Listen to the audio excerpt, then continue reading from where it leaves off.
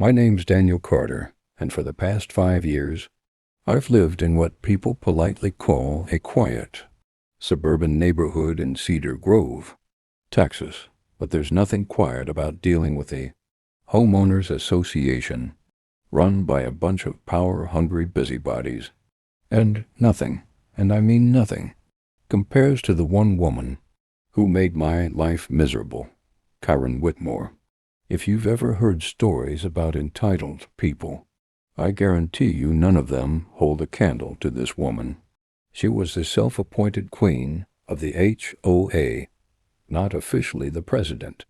Mind you, but you wouldn't know that by the way. She bossed people around, like we were all peasants in her suburban kingdom. And it all started with a mailbox. My mailbox.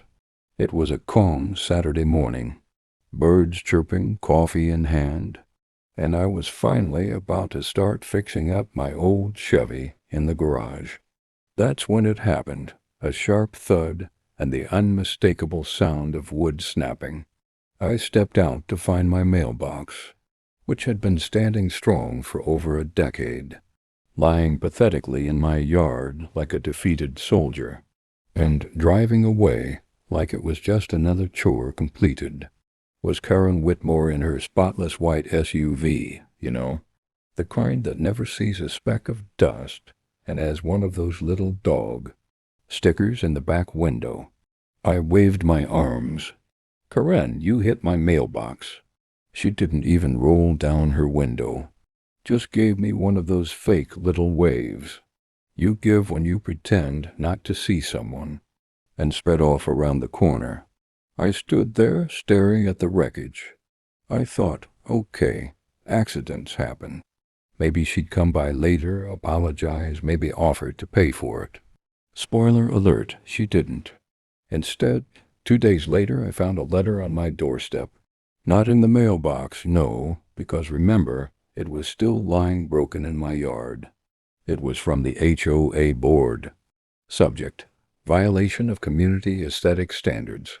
Apparently, I was being fined $75 for failure to maintain front yard mailbox in an upright, visually appropriate manner.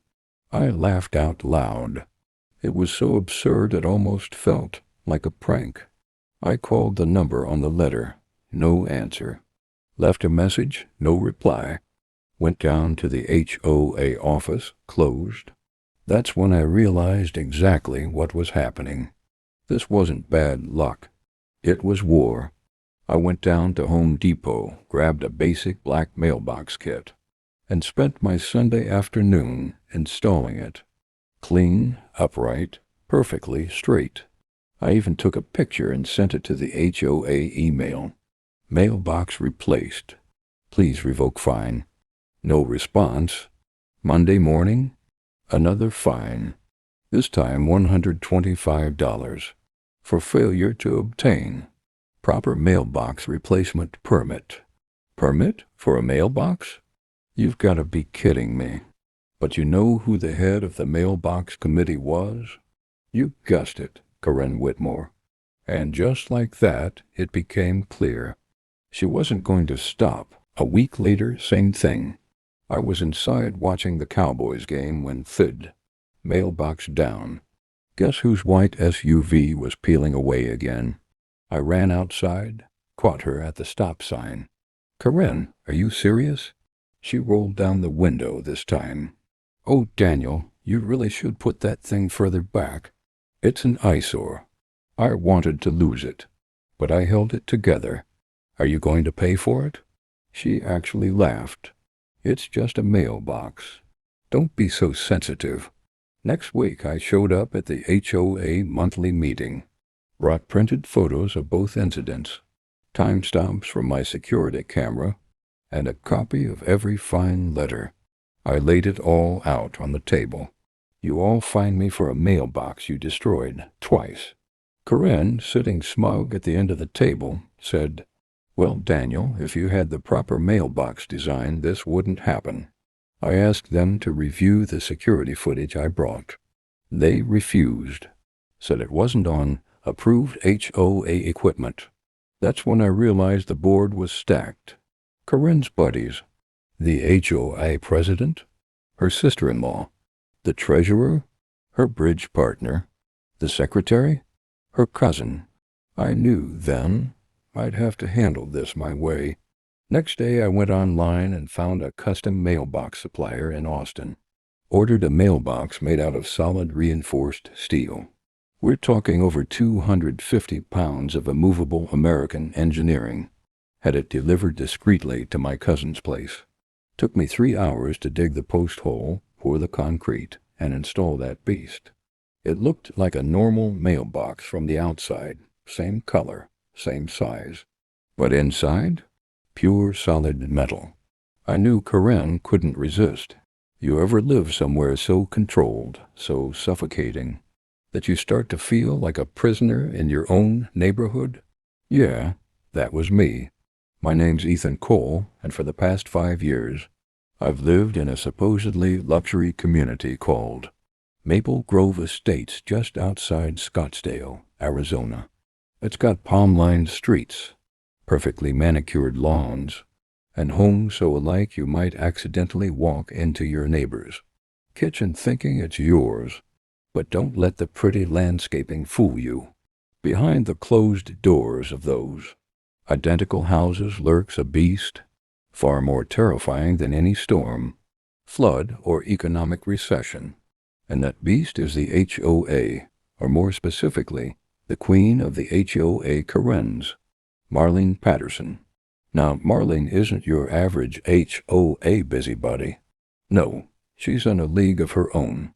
Imagine a woman in her late 50s, bleach blonde bob, oversized sunglasses, and a clipboard clutched to her chest like it contains state secrets.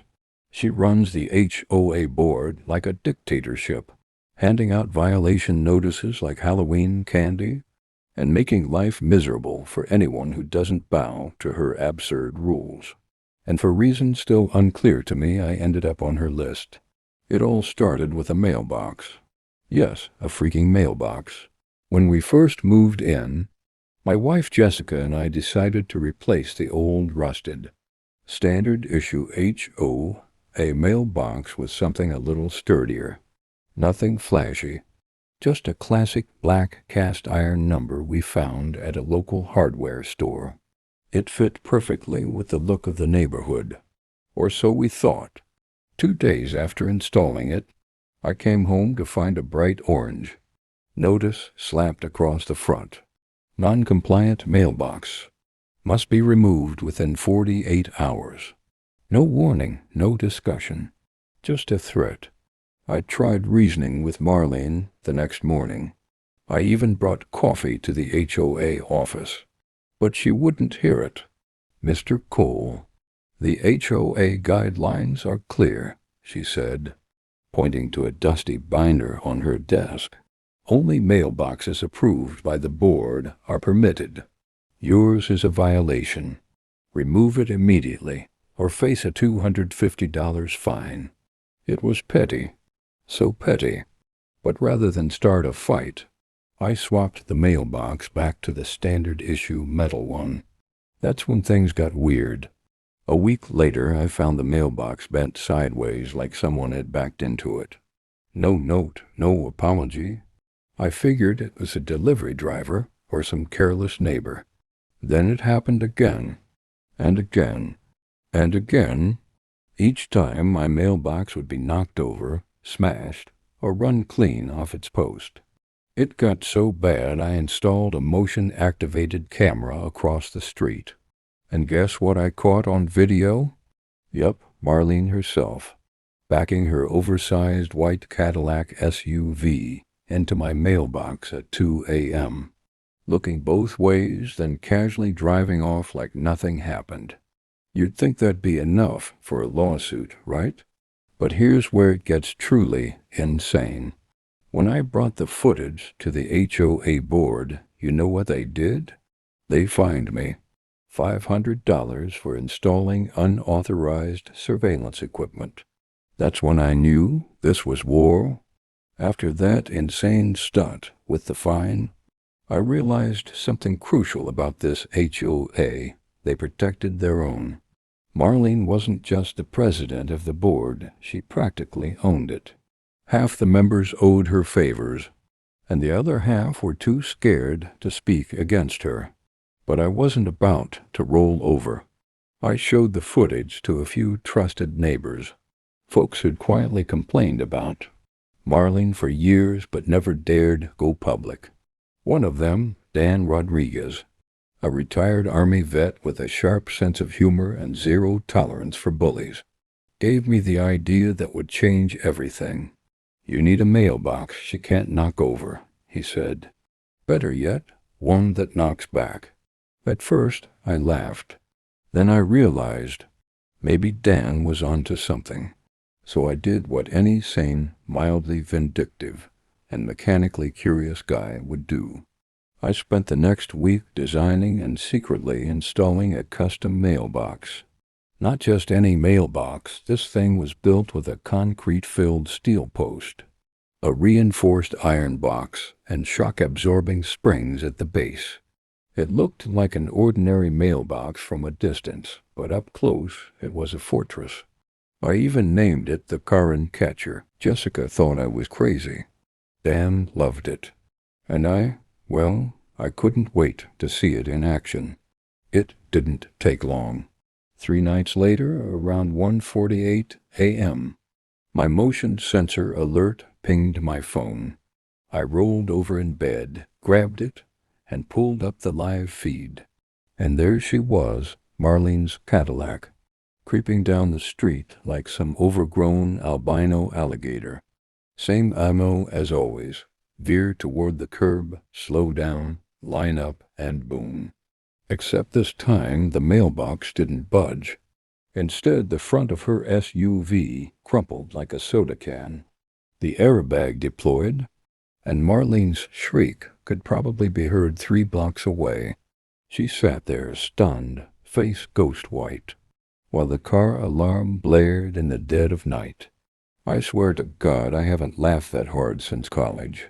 By the time the sheriff arrived, half the neighborhood was out on their lawns in pajamas and robes. And you know what Marlene told the deputy? That man booby-trapped his mailbox. It would have been hilarious if it wasn't so pathetically desperate. The officer checked mailbox, found it perfectly legal and up to city code. Turns out there's no law against reinforcing your own property, especially when it's been targeted multiple times. Marlene got cited for reckless driving and destruction of property. And the cherry on top, her precious position as HOA president was immediately suspended pending a review. Now, after the cops left and Marlene's wrecked Cadillac got towed away like a defeated beast, the neighborhood was electric. You could feel it in the air, that charged hush when folks realize someone finally stood up to the queen bee. By morning, the local neighborhood Facebook group was on fire. Anyone else hear the crash on Willow Lane? About time someone taught her a lesson. Whoever owns that mailbox, sir, we salute you. I didn't post. I didn't have to. Everyone knew. That afternoon, Dan Rodriguez came by with a 6-pack of Bud, Light and a grin wider than the Grand Canyon. "Kid," he said, "I ought to give you a medal." But it wasn't over yet. Later that day, I got an official-looking letter on my doorstep. HOA stationery. It was a summons for a special emergency board meeting at the community center that evening. The reason? Endangering community safety with unauthorized property modifications. I laughed out loud. Dan said, "They're gonna try to railroad you." So I came prepared. I brought printed photos of my destroyed mailboxes over the past year, video footage of Marlene's repeated attacks, and city ordinance codes proving my new setup was 100% legal. And just for fun, one invited a few other neighbors who had their own horror stories about the HOA's nonsense. The meeting was packed. Even people who usually stayed out of HOA drama showed up, smelling blood in the water. When Marlene shuffled in with her arm in a sling and a face like she'd bitten a lemon, you could practically hear the popcorn popping. The board tried to open with some nonsense about escalating neighborhood tensions. I cut them off. I have evidence that the sitting president of this HOA has been deliberately vandalizing my property for over a year. If you try to find me or take action against me, you'll be complicit. And then I dropped the bomb. The video. On a projector. Full HD. The room was dead silent except for the sound of her Cadillac colliding with my mailbox. Then the sirens. Then her screaming. A few people clapped. One old lady, Mrs. Gladys Perkins, actually stood up and shouted, "That's what you get, Marlene." It was beautiful. The video finished playing, and for a second there was this perfect, loaded silence, the kind where you know the storm's coming, but you're not sure for who. Then the HOA vice president, a stiff, balding guy named Carl Turner, cleared his throat. Well, this is certainly unexpected. The audience wasn't having it. Dan Rodriguez stood up. Unexpected? You people knew she was pulling this crap for a year and did nothing. You fined us for garden gnomes but let her get away with vandalism. A murmur of agreement rippled through the crowd. Mrs. Perkins piped up again. "I told y'all she ran over my begonias last Christmas." Another neighbor, Jake Simmons, raised his hand. "She slashed my truck tires in." 22, said I, parked too close to her driveway. People started speaking up, one after another, listing things Marlene had done. And suddenly it wasn't just about my mailbox anymore. It was about years of unchecked bullying under the HOA's nose. Carl panicked. Now, let's not turn this into a witch hunt." But it was too late. I stood up. I moved to have Marlene permanently removed from the HOA board and stripped of her presidency effective immediately. Dan seconded it. Carl tried to object, but by then it was clear which way the wind was blowing. The room burst into applause. A show of hands vote was called. Unanimous. Even Marlene's own neighbor, a quiet retiree named George, voted against her. Marlene turned red, grabbed her sling tighter, and stormed out. A few neighbors followed to make sure she didn't ram anyone else's mailbox on the way home. It felt like a revolution. The HOA, desperate to save face, apologized to me publicly, refunded every fine I'd ever paid, and agreed to replace all the destroyed mailboxes on the street. They even let me keep my reinforced one as a historic marker. No one dared mess with it again. In the days after that fateful meeting, things around Willow Lane changed fast. The neighborhood felt lighter. People you barely waved at before started stopping by to chat. Dan Rodriguez came over almost daily with his dog, Tucker. Mrs. Perkins baked me a peach cobbler. Even old man George brought over a six-pack and said, "'Bout damn time someone stood up to that woman." The video of Marlene's Cadillac crashing into my mailbox? Yeah, it went viral. 4.2 million views on YouTube in a week. The local news picked it up. Headline: HOA President wrecks car and mailbox rampage. I got interview requests. People offering to buy the mailbox for a small town history museum. And random folks from 3 states over sending me messages like, "You're a legend, man." Even the city mayor stopped by, shook my hand, and said, "We need more folks like you keeping these HOAs in check." The best part? The HOA had to amend their own bylaws. Now, no board member can serve more than 2 terms, and any fine over $50 requires written proof and a neighborhood vote. A complete overhaul, all because of one stubbornly reinforced mailbox.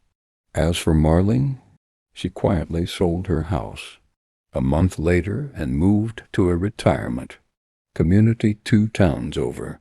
Word has it she tried to run for HOA president there too. Didn't get a single vote. Outro voiceover. And that, folks, is how one mailbox brought down a neighborhood tyrant. If you love this story, make sure to smash that like button. Subscribe for more insane real-life HOA dramas. And check out the full playlist on our channel. Trust me, you won't believe what happened to the guy with the giant inflatable Santa next door. Until next time, stay safe and guard those mailboxes.